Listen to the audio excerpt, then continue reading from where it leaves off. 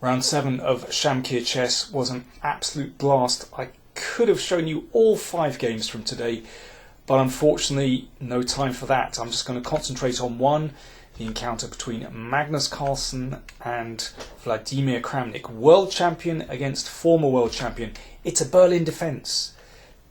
Carlsen didn't want the endgame. Instead he keeps the tension with d3. Looks like quite a modest move, but Carlsen is such a specialist in this line. You remember he defeated Anand in their World Championship match, and in fact this exact position was reached in the game between Magnus Carlsen and Alexander Grishuk from the London Candidates 2013. And there Grishuk played a6, but quickly, got a rather dubious position.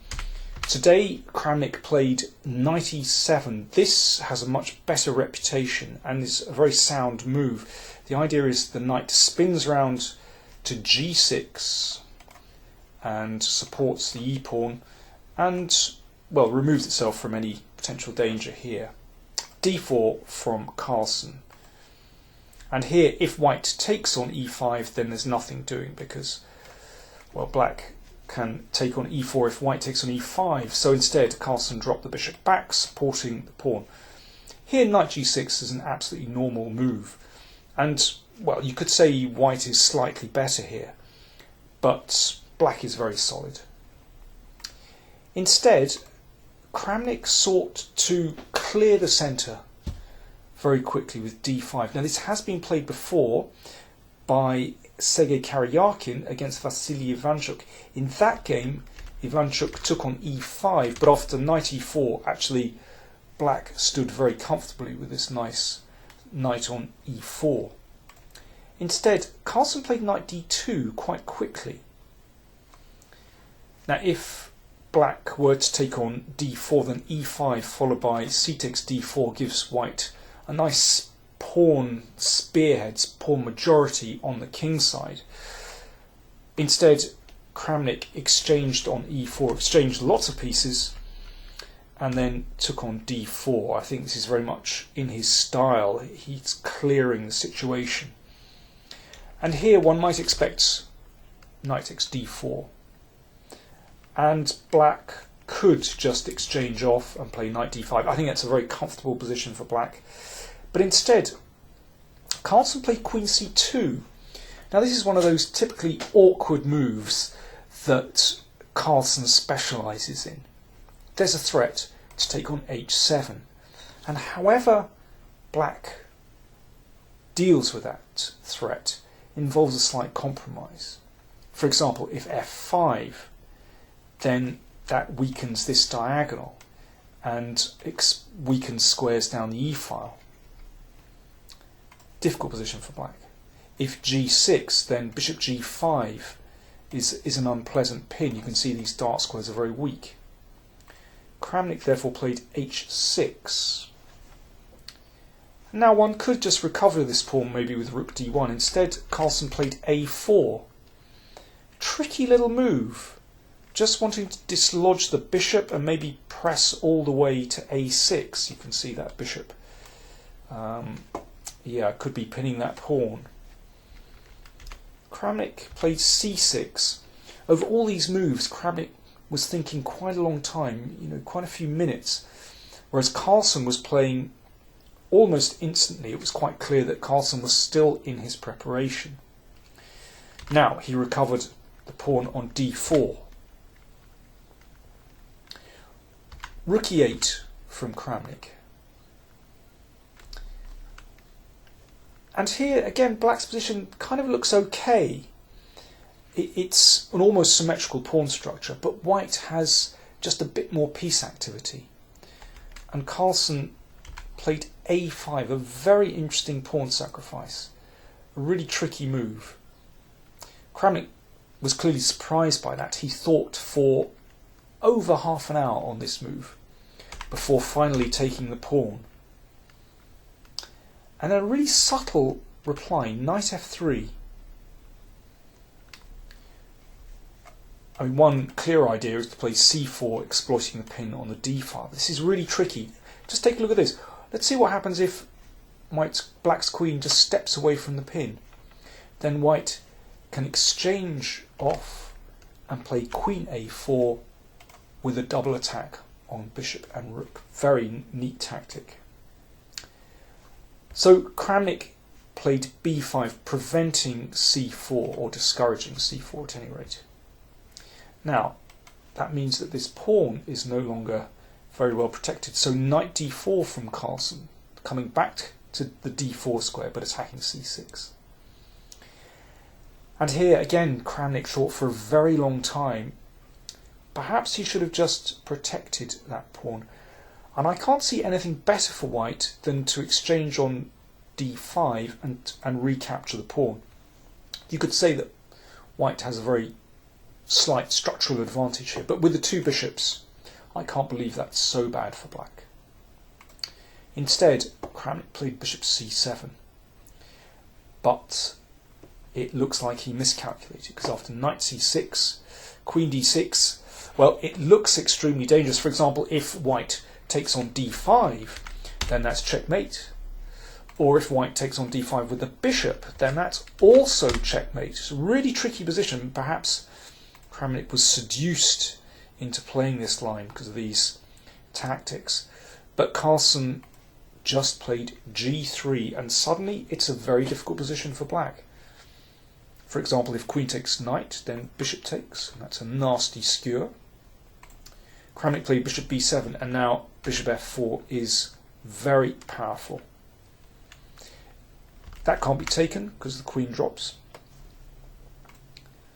And Kramnik took here, and bishop takes knight is nasty. If queen b6, then white gets a really powerful initiative here. So Kramnik played rook e1 check. It's still very tricky, If that's taken, queen takes, threatening mates here, so white has to play queen e4. Well, that leads to a drawn endgame, but Carlsen had foreseen all this and just nudged the king out of the way, and now there's nothing better for black than just to give up the queen. Now, still very tricky position. If the rook goes in the wrong direction, then that is checkmate, supported by the bishop. So rook d1 is forced, but that exchanges off the dangerous rook. And now we have a situation where black has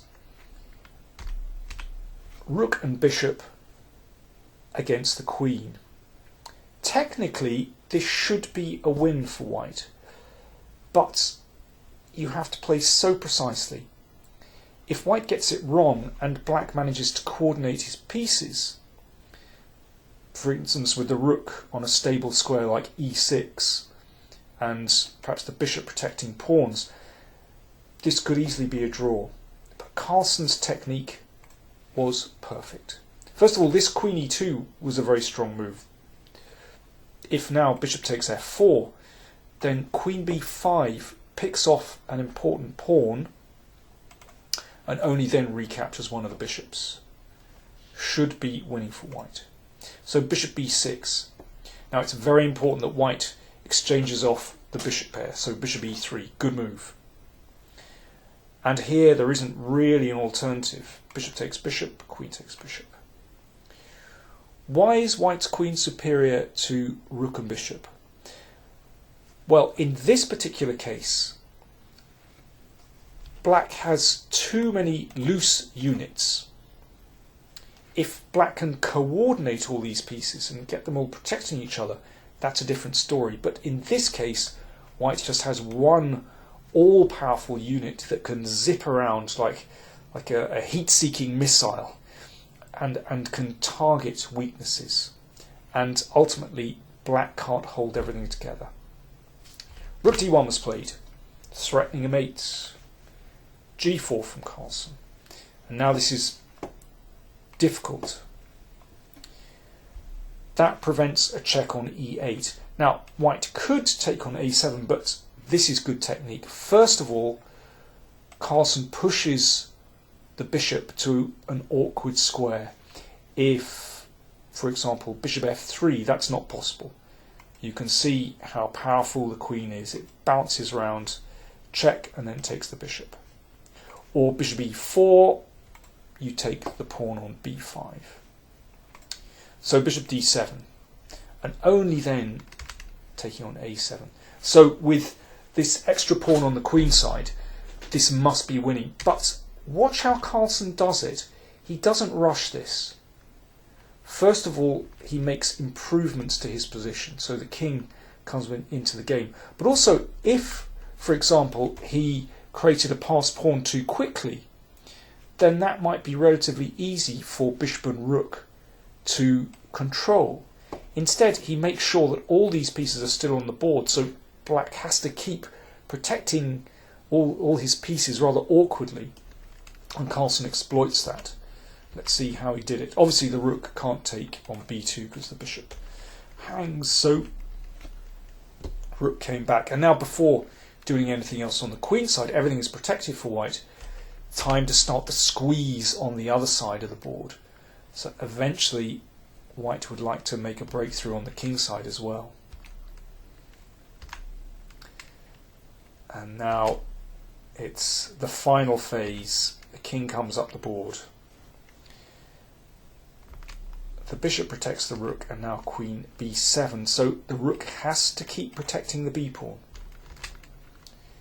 But that's very awkward. Obviously, if rook d5 check, then white just takes that with the queen. And now the king marches in. If rook c5, then, well, king f6 and king d6 win. The rook has to leave the protection of the b pawn. b4, Kramnik gives up the pawn and makes sure that at least white's pawns are doubled. But the crucial thing here is that white's king manages to break through to black's king, and now it's going to be mate. Threat, queen f8 and mate on g7, so therefore rook f2, f5. And this is a forced win. If the rook goes away, then and queen g7. And after rook f1, g5, Kramnik resigned. Basically, the queen is breaking through to g7, and that could be the end of the game. So after g5, Kramnik actually resigned. I mean, this was a strategic, well, a technical masterpiece, I would say, from Carlsen. Excellent preparation that wrong-footed Kramnik. Carlsen negotiated the tactics very well, and then his technique was perfect in this endgame. Beautiful. So that meant that after 7 rounds, Carlsen has 5.5 points. Anand is in second with 4.5. He defeated Michael Adams in another beautiful technical game. A really nice game where he sacrificed the exchange. Fabiano Caruana defeated Wesley So. Very interesting game. That means Carlsen 5.5, Anand 4.5, Wesley So and Caruana have 4. Looking good for Carlsen, but in the next round he faces Wesley So with the black pieces. That game is going to decide the tournament.